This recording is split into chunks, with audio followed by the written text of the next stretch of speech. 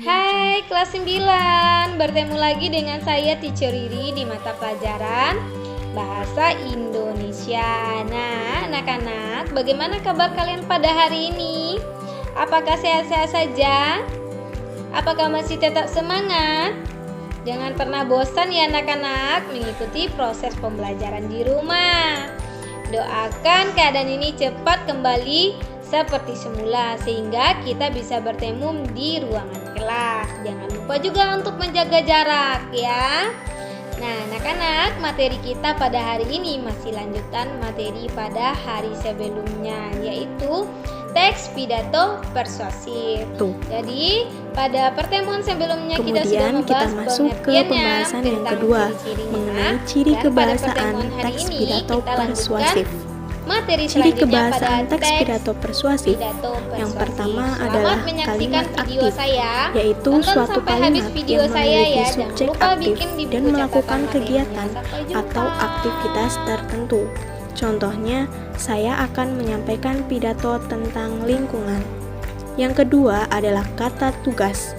Kata tugas merupakan salah satu jenis kelompok kata dalam tata bahasa Indonesia yang terdiri dari kata depan, kata sambung, kata sandang, dan kata seru.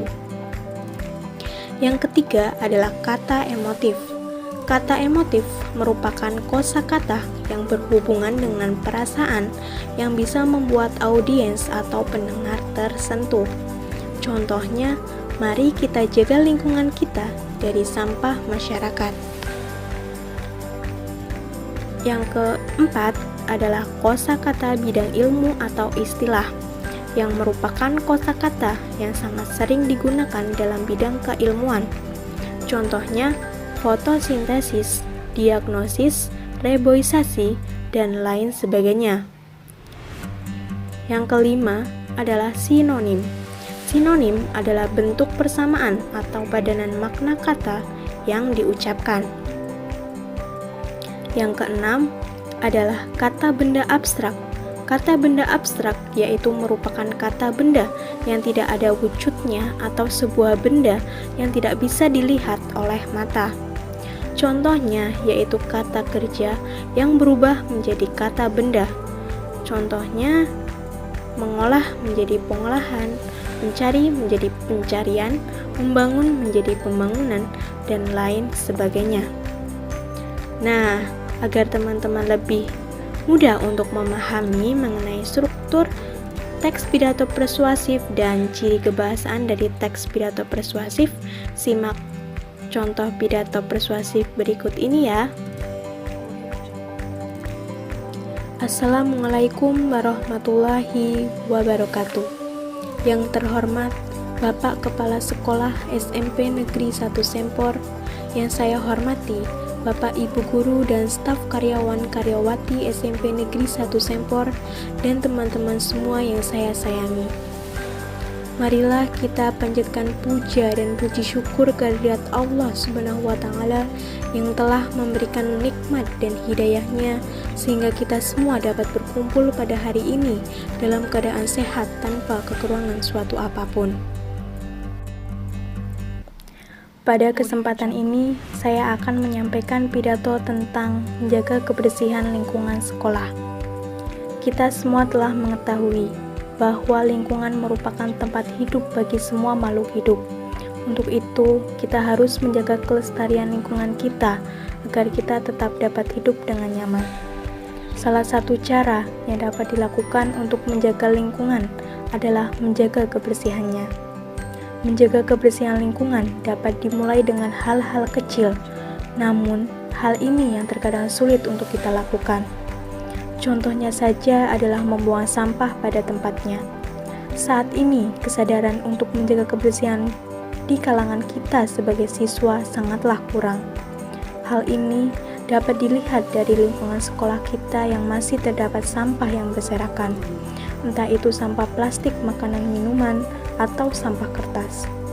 Padahal, tempat sampah yang disediakan sekolah sudah memadai.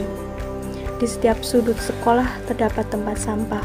Di depan kelas pun sudah terdapat tempat sampah. Namun, tidak adanya kesadaran kita untuk membuang sampah pada tempatnya sebagai wujud menjaga kebersihan lingkungan sekolah. Selain dengan membuang sampah pada tempatnya, kita dapat menjalankan piket kelas sebagai cara untuk menjaga kebersihan lingkungan sekolah. Kemudian, biasakanlah memilah sampah sesuai dengan kelompoknya sebelum memasukkan ke tempat sampah.